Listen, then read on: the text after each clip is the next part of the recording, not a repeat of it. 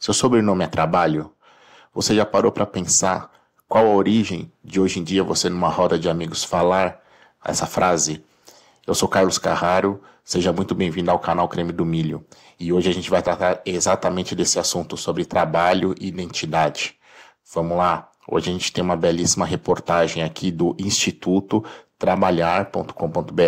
Um abraço para o Instituto Trabalhar. É uma reportagem datada do dia 19 de agosto de 2024, trabalho com o título Trabalho e Identidade. Então aqui a gente tem uma imagem, né? Dentro dessa imagem a gente tem um profissional concentrado, né? Com uma roupa social sobre uma bancada, o que parece ser uma bancada de trabalho manual com alguns equipamentos sobre essa bancada. Parece ser um trabalho de marcenaria, alguma coisa parecida. E aqui sobre o fundo a gente tem que parecer alguns armários, né? Ou um trabalho de vidraçaria, um trabalho de marcenaria, né? Um trabalho de cerâmica. E ele parece estar numa estação, né? Numa estação de trabalho. Bom, seguindo aqui para a reportagem, aqui a gente fala, então a gente começa, ó. O trabalho é uma atividade central na vida das pessoas, atuando como um dos principais pilares na construção da identidade individual e coletiva.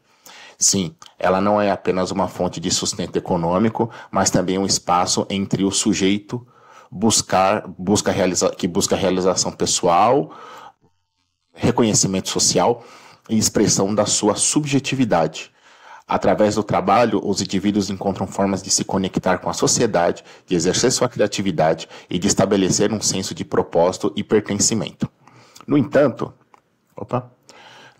a complexa relação entre o trabalho e identidade é permeada por desafios. Por isso que as pessoas mudam de trabalho, ficam insatisfeitas, ficam frustradas, criam expectativas que estão desalinhadas, né, com a realização pessoal e profissional, né? A natureza do trabalho, as condições em que ele é realizado e o valor atribuído a ela pela sociedade podem impactar profundamente a forma como os indivíduos percebem a si mesmos e são percebidos pelos outros, que é uma das coisas que a gente trata aqui no Creme do Milho. Qual que é o propósito que eu tenho de trabalhar, né? Por que eu tô lá? Por que eu escolhi esse negócio? Qual que é o motivo de eu levantar todo dia de manhã, né? E colocar um uniforme, colocar minha roupa, pegar um transporte, fazer uma logística e executar 8, 10 horas aquela atividade naquele espaço, com aquelas pessoas, né? Qual que é o propósito disso, né? Além disso, em um mundo em constante mudanças, onde as dinâmicas de trabalho se transformam rapidamente, a identidade profissional e pessoal se vêem frequentemente em processo de adaptação e redefinição. Esse artigo explora como o trabalho influencia a identidade e como, em contrapartida, a identidade molda a forma como o trabalho é vivido e experimentado. A partir de uma análise das dimensões econômica, social e subjetiva do trabalho, busca-se compreender as implicações dessa inter-relação na vida das pessoas trabalhadoras, destacando a importância do reconhecimento e avaliação justa como elementos para o bem-estar e para a consolidação de uma identidade saudável. Ou seja, é um balanceamento que é feito na expectativa do profissional, né, e a organização também para manter aquele ambiente saudável e manter aquele profissional motivado, faz com que criar mecanismos, né, de remuneração, benefícios, pacote, etc., que vão tornar aquele ambiente, boas relações profissionais, relações saudáveis, etc., que cria aquele ambiente minimamente atraente para poder fazer com que aquele profissional ele possa trabalhar e se sentir identificado, pertencido, né? Mas a gente sabe que em todas essas linhas tem uma série de desafios ali que são realizados, né? Entre desafios das duas partes, né? Do profissional e também da empresa, em fazer isso acontecer, né? É isso. Bom, seguindo aqui, a evolução da identidade do trabalho. Bacana. Somos todos sujeitos de nossas vidas, responsáveis pela construção da nossa identidade em busca constante pelo reconhecimento e crescimento. Embora essa afirmação pareça simples e incontestável, ao observarmos a organização do trabalho, principalmente sobre a ótica da teoria de Taylor e Ford, percebe-se que Taylor e Ford levavam muito as pessoas a serem máquinas, né, a serem ferramentas para operacional, né? Você tira toda a parte emocional da pessoa e faz com que ela seja uma peça, um parafuso dentro de toda uma organização que tem como objetivo produzir. É isso. Né? Sintetizando aqui séculos de história, né? Percebe-se que a realidade não é tão evidente assim. A reificação ou coisificação dos sujeitos, exatamente como eu falei, é um processo amplamente presente nessas teorias e merece uma análise aprofundada. Eu acho que o Fordismo ele trouxe muitos progressos, mas junto efeitos colaterais que as organizações e as empresas vivem até hoje. No século XX, os modelos científicos industriais dominantes reduziram seres humanos a estatísticas, sim, que é o que acontece até hoje, né? E comportamentos padronizados, analogias de peça e uma grande engrenagem. Essa desumanização que ainda persiste eliminou a noção do sujeito, substituindo-a pela ideia de massa moldável pelo ambiente. A partir dos anos 1980, né? Com a evolução da indústria e da economia baseada em serviços, houve um reconhecimento de inteligências de pessoas, especialmente nas tarefas consideradas simples. O trabalho passou a ser enriquecido, concedendo certa autonomia às equipes, incorporando não apenas o corpo, mas também a inteligência e a criatividade nas concepções e gestões das tarefas. Entretanto, a subjetividade da pessoa trabalhadora foi incorporada de modo a reforçar o individualismo, um fenômeno que se intensificou com a avaliação individual de desempenho, né? Ou seja, você sai dessa mecanização daquele profissional e você procura tratar aquela pessoa como uma pessoa mesmo, né? Como um profissional que tem sentimentos, tem altos e baixos, tem motivação, desmotivação e etc, né? E aí começa como que um duelo, uma transição. Eu vejo mais como um duelo, de verdade. O sujeito inconsciente. Definir o que um sujeito é uma tarefa... Definir o que é um sujeito é uma tarefa complexa e envolve muitos debates. Segundo a antropologia psicanalítica, a formação do eu é um conjunto de vivências, desejos, medos e ambiguidades que formam a singularidade de cada pessoa. Desde a infância, o sujeito se constitui na diferenciação e dependência do outro. A gente vive em sociedade, né? A gente se compara a todo momento, sendo uno e múltiplo ao mesmo tempo. A partir de obra psicanalítica de Freud, compreende-se que não somos completamente senhores de nós mesmos. A consciência abarca apenas uma pane de nosso ser. E o inconsciente, com seus mecanismos de defesa, desempenha um papel crucial em nossa psique. A sexualidade, sempre controversa, é outro elemento central que Freud destaca atravessando nossos corpos desde o início da vida e influenciando profundamente a constituição do sujeito. E para Christophe Dejoux, a não consideração da teoria psicanalítica do sujeito, especialmente no contexto de trabalho, pode levar a consequências psicológicas trágicas. Ou seja, você esquece que aquela pessoa tem sentimento, né? Quando o modelo humano proposto pela organização do trabalho ignora o inconsciente, o sujeito é frequentemente violentado por sérias repercussões com a saúde mental. A gente vê isso diariamente acontecendo, né? Trabalho, identidade e saúde mental. A identidade é uma construção frágil, constantemente em processo de reforço e reconstrução, e o trabalho desempenha um papel fundamental nesse processo, influenciando diretamente a sensação de continuidade do eu. A identidade, que funciona como uma armadura que nos protege, necessita de confirmação constante para preservar nossa saúde mental. Ou seja, para a gente diariamente, todo momento, de forma inconsciente, a gente precisa de validações do entorno para saber se aquilo que a gente está fazendo é bom ou não é legal, né?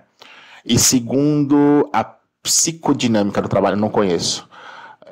A identidade é singular, com certeza. A gente pode trabalhar numa mesma organização, mas cada organização é feita por indivíduos, e indivíduos per se, né, é único, né?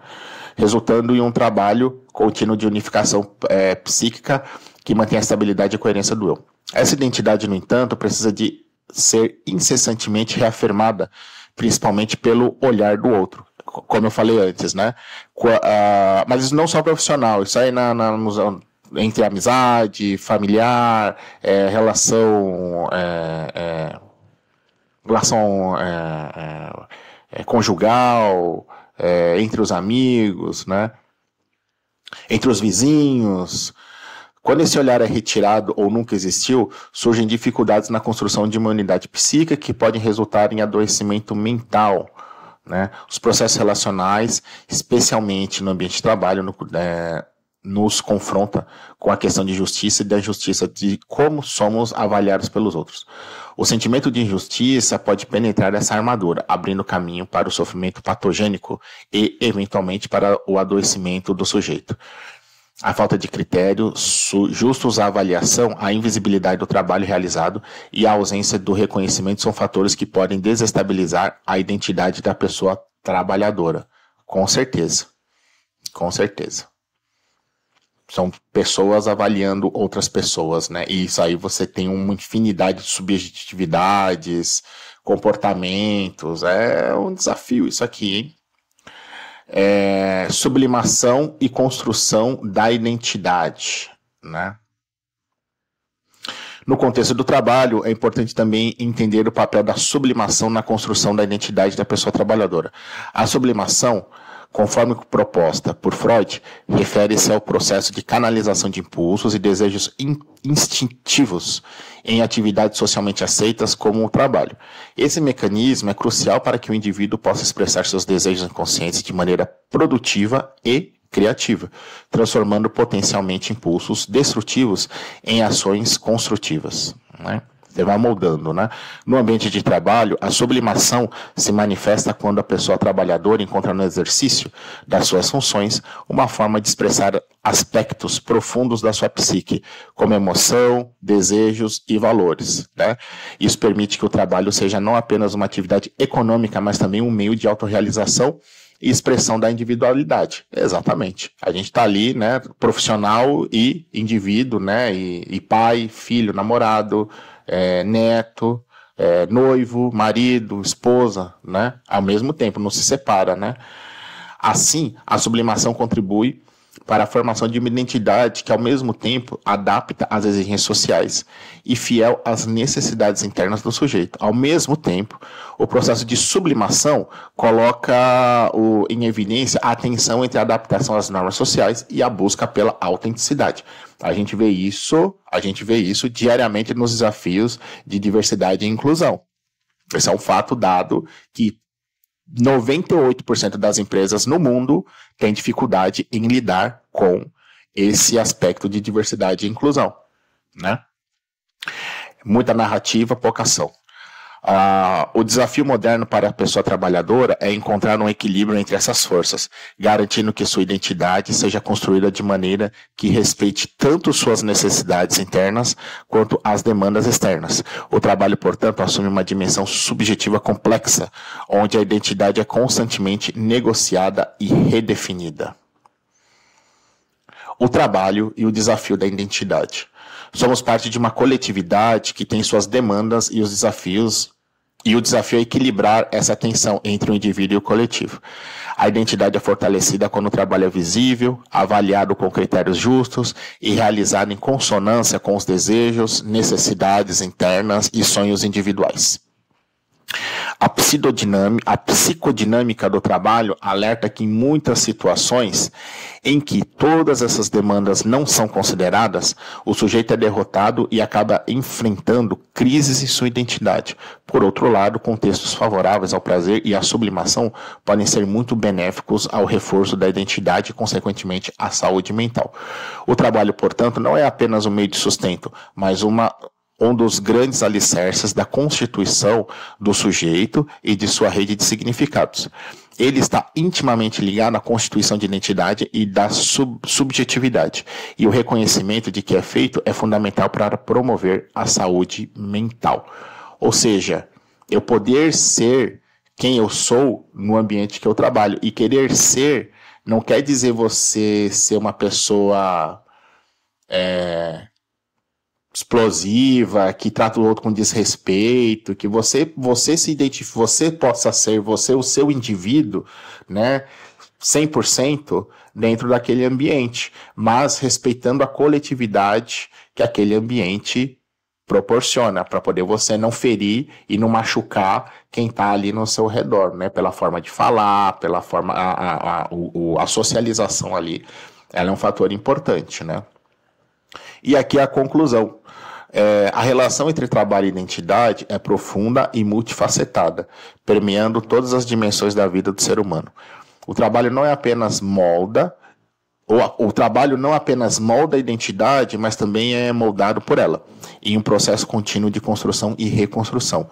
No ambiente de trabalho, o reconhecimento emerge como um pilar essencial para a manutenção da saúde mental e para a consolidação de uma identidade coesa e valorizada. Quando o profissional ele não identifica essa manutenção da saúde e a consolidação da identidade, ele não se identifica naquele ambiente, aí isso pode gerar problemas de saúde mental, né? Físico, depressão, fugas e etc. Parece que vai por aí, né? Até o momento que a pessoa está desmotivada e vai procurar outra coisa, vai procurar outro trabalho, vai procurar outra organização onde ele possa se sentir identificado com aquele trabalho, né?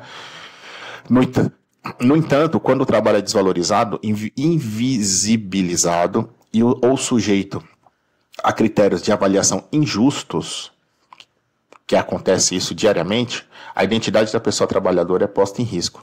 O sentimento de injustiça e a falta de reconhecimento podem desencadear processos que podem comprometer não apenas o desempenho profissional, mas também a integridade psíquica do indivíduo. Ou seja, a pessoa não fica legal com aquele ambiente de injustiça, ela percebe aquilo, né?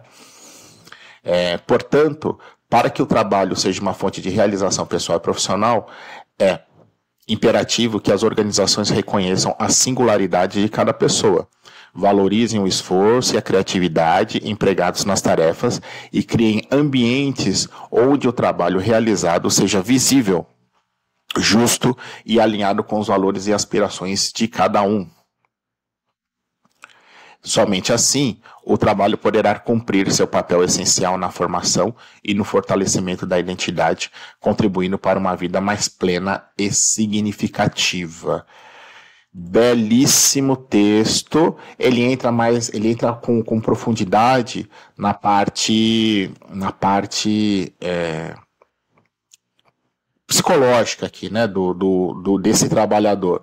Então, um abraço aqui para o pessoal do Instituto Trabalhar. Eu não encontrei o autor, mas eu vou atribuir ao próprio Instituto, né? Só que talvez foi feito com multiprofissionais, né?